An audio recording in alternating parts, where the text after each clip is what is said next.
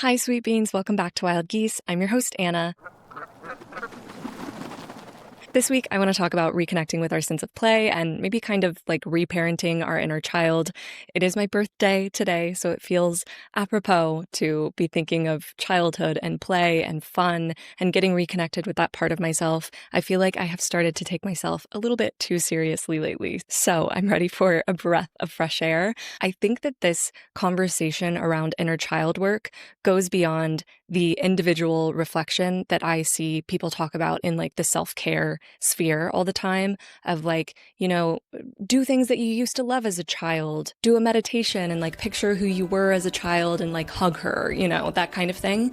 I think that all of those things are worth doing, but I've been thinking about it beyond individual reflection and actually thinking more systemically, I think, of like, what is the relationship between an adult and a child, a caretaker and a person being cared for, a teacher and a learner? And how can we think about getting those two positions on more equal footing so that we're not, like by design, planting insecurities of not enoughness in childhood? And the thing that really got me thinking down this path was that this past week, I had what I can only describe as like a full-blown meltdown over this fear that I have that I'm actually quite dumb, and I've just been just quiet enough to convince people otherwise so far. And I think that this fear has made me less fun. It's made me quieter at parties. It's like taken away a bit of my personality in the way that I present in these episodes. Like if I go back and listen to old episodes before I really had an audience, I was much goofier and like just more uninhibited in my expression. And in reflecting on why I feel that way, I can like pretty quickly point back to moments in my childhood that made me feel dumb, right? Like I never quite caught on with math. I still count on my fingers to this day. I took mostly regular classes, like not advanced classes, while my brother took like the hardest classes possible. I could go on and on about things that have kind of planted a little worm in my brain that tells me that I'm actually quite dumb. And I think this particular insecurity is starting to pop its head up because now I've got a microphone in my hand. And when you have a microphone in your hand, it is sort of this like position of authority that I'm frankly giving myself. But there is an expectation to have a certain level of expertise. So it feels like stepping into this moment of adulthood that when I was younger, pictured myself reaching this point of like all-knowingness before ever doing anything like this. So I think I've started to become a bit fascinated by teachers and the way that they feel teaching a bunch of people, like the ownership that you have to feel over what you're teaching and the imposter syndrome that comes up with that. Speaking of learning and teaching, thank you to Brilliant for sponsoring this video. Brilliant helps you become a better thinker and problem solver with thousands of visual and interactive lessons in math, science, programming, and data analysis. As I was just saying, math was never my strong suit in school, and if someone tried to teach me math through a lecture, they might as well have been ranting to a wall. But Brilliant is a learning app that uses methods that are proven to be 6 times more effective than lecture videos. I've been taking Brilliant's visual algebra course as a little bit of a personal challenge to myself. And listen, while I do still count on my fingers, I am starting to understand mental math in a way that I never have before. As a visual and tactile learner, I love how hands-on each lesson is. It has the perfect mix of engaging problems, competitive features, and daily encouragement that keeps you motivated and on track. And speaking of what it takes to be a good teacher, all content on Brilliant is crafted by an award-winning team of teachers, researchers, and professionals from MIT, Google, Stanford, Microsoft, and more. To learn for free on Brilliant, go to brilliant.org/Anna Howard, scan the QR code on screen, or click the link in the episode description. Brilliant's also given my viewers 20% off of an annual premium subscription, which gives you unlimited daily access to everything on Brilliant. And I picked up this book, Syllabus by Lynda. I picked it up because I had heard people equate it to the artist's way, and the artist's way never quite worked for me. I mean, parts of it did, but I have never gone through the artist's way. And I just heard that this was a more flexible, fun approach. And basically, Lynda is a cartoonist that has taught art and writing classes at a university, and she just put her entire syllabus with her entire notebook into a book. So it's all illustrated just absolutely beautifully, and there are exercises throughout the book that she does with her class. And I read this in a day, and I've already picked up some of the exercises. But on the front cover, there's this little illustration of this little creature, and inside of it, it says, "Who is the teacher?" So after reading the book, I was looking into Lynda a little bit more because quite frankly, I'm a bit obsessed with her now. And I realized that she is the cartoonist that did this comic. And if you're listening to the audio only version, it looks like two creatures are walking around a museum. One of them looks to be an adult and one of them looks to be a child. And they're looking at a painting of what appears to be an adult holding a child. And in the first box, the adult says, "I'm not sure how to look at art." And the child says, "What's supposed to happen?" And the adult says, "Something big, a revelation. Suddenly you just understand. Not sure how to make it happen." And the child says, "How about lift me up so I can see better?" And then in the last slide, it's the adult holding the child, looking at the image of the adult holding the child, and suddenly they've become a mirror to the artwork. And what I love about this image, I've seen this comic so many times before I ever knew anything about Lynda Barry, but what I love about it is that they're both unsure. It kind of does away with this expectation that the adult knows more than the child. And actually, it's the child that has the idea of being lifted and the adult that has the capacity to lift. I actually just texted a friend who's a pediatric occupational therapist looking for some resources because this is her whole area of expertise. And she sent me some things that I'm excited to look over. And she says, play is a practiced skill. You may be born with the ability to feel fun and enjoyment, but you have to learn to play. And it's an important milestone of childhood development and a skill you can continue to grow and practice. And when she said that, I was like, damn, I've never thought about play as a skill. Like, obviously, you need to get like the fine motor skills and that sort of thing. But I never really thought of it as a skill to return to, even though it is this like the feeling of like fun and silliness and goofiness is like a feeling that you can remind yourself to tap into. It's kind of a new way to think about it for me, for play to be a skill versus like playfulness as a fixed state of your personality. And I think it's a skill that we as adults obviously deprioritize in the name of efficiency. And the syllabus has a section about an activity that Lynda did with her students where she gave them pretty specific instructions. And the end result actually meant that they didn't enjoy the activity as much as they had a few years prior, when the only real instructions she gave were to spend time on the assignment. This year, she had gotten a lot more specific with like how much pressure to put on their crayon and like how densely they should be filling the page with color. She says, by telling them just how to do it, I took the playing around away. The gradual figuring out that brings something alive to the activity, makes it worthwhile, and is transferable to other activities. I've gone through this same cycle with my own work, always losing what I master. And then she addresses her students in a really lovely way. She says, you helped me to remember to forget the fastest way to do it, the most efficient way to do it. And I love that wording, you helped me to remember to forget. And that's really the gift that children can give, or even like bringing it out of the like parent-child, teacher-child relationship, a beginner can give to anything, is this reminder to like be flexible and throw out the rules. But we have to respect the beginner in order to catch those reminders that they're throwing our way. And there's a Substack essay called If We're Lucky, We Never Become Good Humans by Pax in their newsletter, Inner Cartographies. And they say, as much as I'm invested in helping adult humans heal their inner child/inner teenage hurts, I'm equally as invested in the liberation of all children. How we treat children is how we treat ourselves. And on a planet where children are one of the most controlled populations on Earth, we treat ourselves like shit. Children, from the time they're born, are simultaneously objectified, sexualized, infantilized, and treated as non-human, agentless things. We praise them for growing up, but never praise them for being the brilliant, imaginative kids they are, and children internalize this. So much of the work I do with adults is helping them regain that sense of wonder again, the boldness to imagine a different world, the willful remembering of the dreams carried within our bodies. I know as equally as all humans long to love and be loved, we also long to be free. We miss ourselves. We miss the way we used to be. Often we oppress what has the possibility of liberating us. In other words, when we don't process our own shit, the things we secretly crave, the freedom we long to embody, we police it in others and ourselves. Oof, that line that says we miss ourselves, didn't I literally say that earlier in this episode, that I watch old episodes of Wild Geese and I miss her? And that was the me from a year ago. Pax goes on to say, children are a vital piece of our liberation, not because they are the future, not because they are vulnerable. These are both true, but also a part of how we objectify them and deny them the presence of simply being kids. They are vital because they are kids, because they know exactly how to do liberation. They know how to open their hearts. They know how to question social norms and systems that we adults rarely stop to think about. And look, none of this is meant to be used as justification for going and shaming parents and teachers and whatnot. Everybody is doing the best they can with the information that they have. Okay, I'm amending this because not everyone is doing the best that they can, and some people actually do neglect and abuse children. And in those situations, obviously, we need to be addressing that and calling that out and doing what we can to help the children in those situations.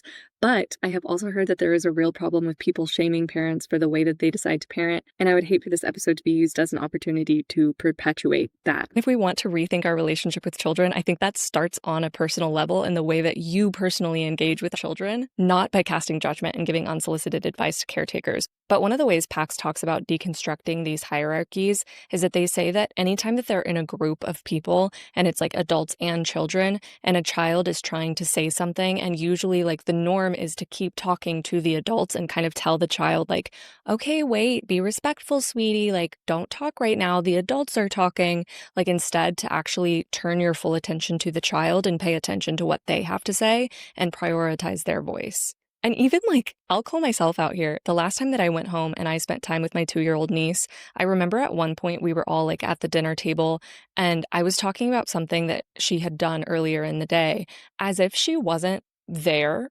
Like I was fully talking about her as if she wasn't a human being that was in the room. And at one point, she started to respond to what I was saying. And of course, she's 2. So it's like, I can't always totally understand what she's saying. And her mom kind of has to translate for me. And I'm pretty sure what I was saying was like, it's crazy that she actually knows stuff. Like she has a brain. But even in me saying that, and then my niece like interjecting because she was understanding that I was talking about her, her mom was like, Anna, she knows what you're saying. Like, you can speak to her.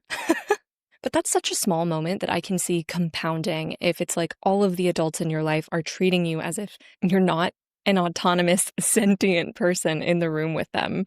I could see that being internalized.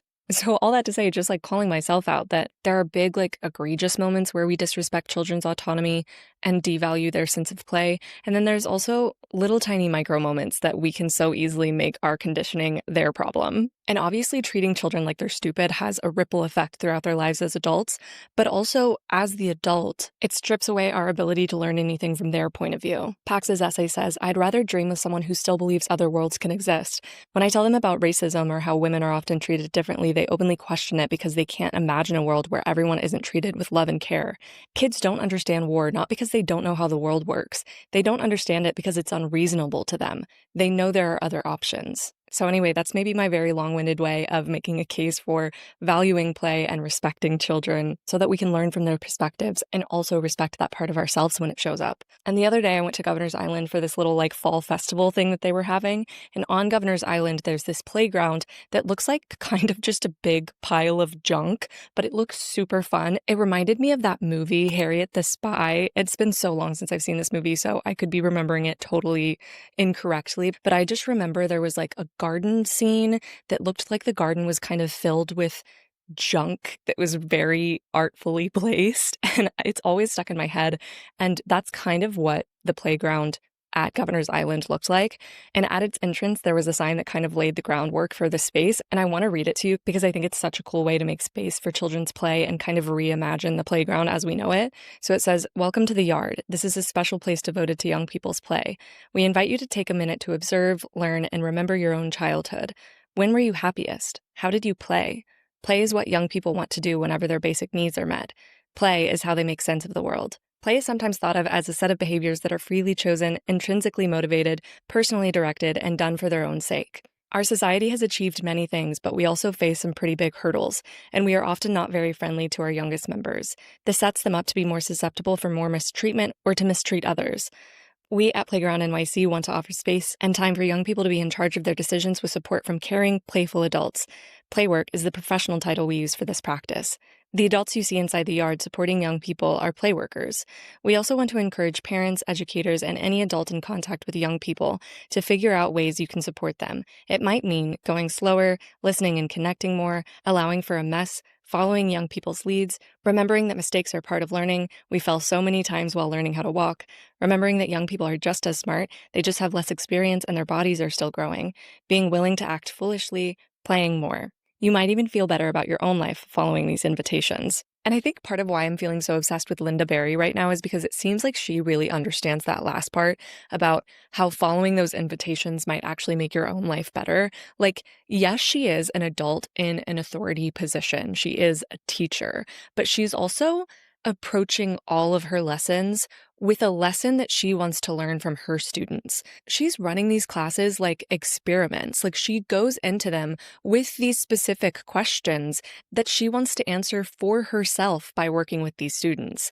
It's not an approach that says, hey, I'm the teacher now. Hey, I'm the adult now. I know everything and here it is. Throughout this entire book, she's asking questions and then telling us what lesson plan she's putting together in order to answer these questions for herself. So the very first page has a bunch of questions on it. It says, is creative concentration contagious? How have visual images of the brain influenced the way we think about thinking? What do ideas look like when they're taking physical shape? These are all questions that she wants to know the answer to, and she feels the best way of finding them is by working with beginners. She says throughout the book that she's most interested in working with people who quit drawing a long time ago. And I listened to an interview where she was talking about how she had been teaching writing for a while, but she was actually pretty hesitant to teach cartoon-style drawing because she said, I never developed that really fast, rapid, at-ease cartoonist style. For me, when I draw, it's sometimes as if I've never drawn before. And so I was worried that people were going to look at my drawing and go, oh, that's a nice dream, sweetie. And this is coming from an established, famous cartoonist.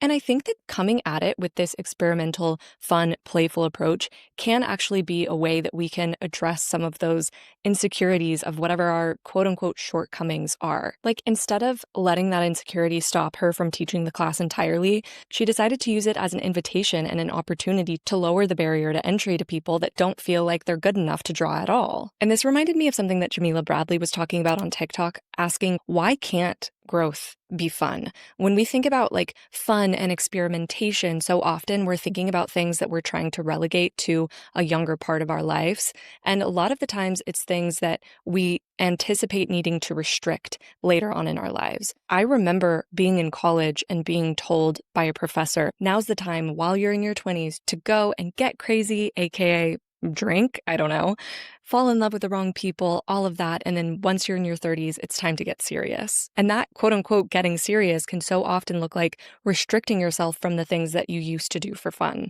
And Jamila says, why don't we experiment with celibacy? Why don't we experiment with sobriety? Why don't we ever experiment with cooking vegetarian food at home? Largely, the things we'll be experimenting with are things we'll have to restrict ourselves from later in life. Think substances, think partying, travel, adventure, etc. And underneath this mindset is a real loss of our aliveness, of a sense of purpose, play, and fun when we're doing things that may actually benefit us in the long run. Imagine what a mindset shift it would be if someone knew they were struggling with alcohol, for example, and decided to experiment with sobriety a few days a week. So much of our life is based on this idea that we have to endure the things that we need. And then they ask the question, like, what if it could actually be fun to do the things that we have in mind to feel better in our body, in our lives, whatever it is? I think of those videos that are like, it's time to lock in what we're doing this season to lock in, whatever. And it's like, what does lock in even mean? Whatever it means, it doesn't sound very fun to me. And Jamila says, we all deserve a version of ourselves that actually likes the process of transformation, that likes the changing and the maturity that we catalyze. Because honestly, I think it's one of the most inherent and beautiful parts of our autonomy that we can express in this world, the choice to be different in service of our own pleasure, of our own capacity for joy. And I think Lynda Berry's class is just a perfect example of this in action, of like approaching the things that you want to do, but maybe you're a bit scared, you're a bit insecure about it, with a spirit of experimentation. And I realized I kind of did this already before I was even thinking in the direction of this episode. If you listen back to the last episode, I was talking about experimenting with not consuming media online. And I did really approach that as an experiment. And what that did was it took that weight of shame that so often blankets our pursuit of a quote unquote like better life. It like took that and threw it out the window so that I experimented with it for a few days. I documented my takeaways. I valued the experiment. And with that approach, it doesn't feel like a failure that I didn't like completely heal my addiction to my phone in a week. But this mindset of experimentation is also something that I want to bring into what I'm creating. I think that there is a certain risk aversion that comes up after you have found something that works in some way, of like, well, I need to just like continue doing what works because I know what works.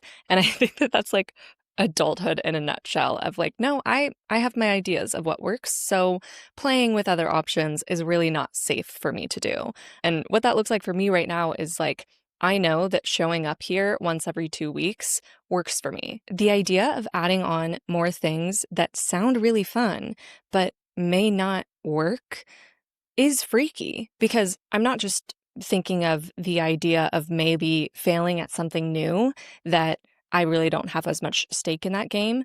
It's the risk of then, because you've added on more things to play around with and have fun with, then failing at the things that you already know how to do. Like, for example, when I had already been doing Wild Geese for a while and then I decided to start a Substack and it was really just an experimental thing, there was a part of me that was like, oh no, am I doing too much? Am I going to drive myself into creative burnout? Like, that has always been a real danger in my mind, when actually, in retrospect, it's more accurate to think about like anytime that I have run into burnout, it's actually more about not giving myself enough room to play with new mediums, new ways of expressing myself. Burnout and boredom often feel like they're in lockstep for me.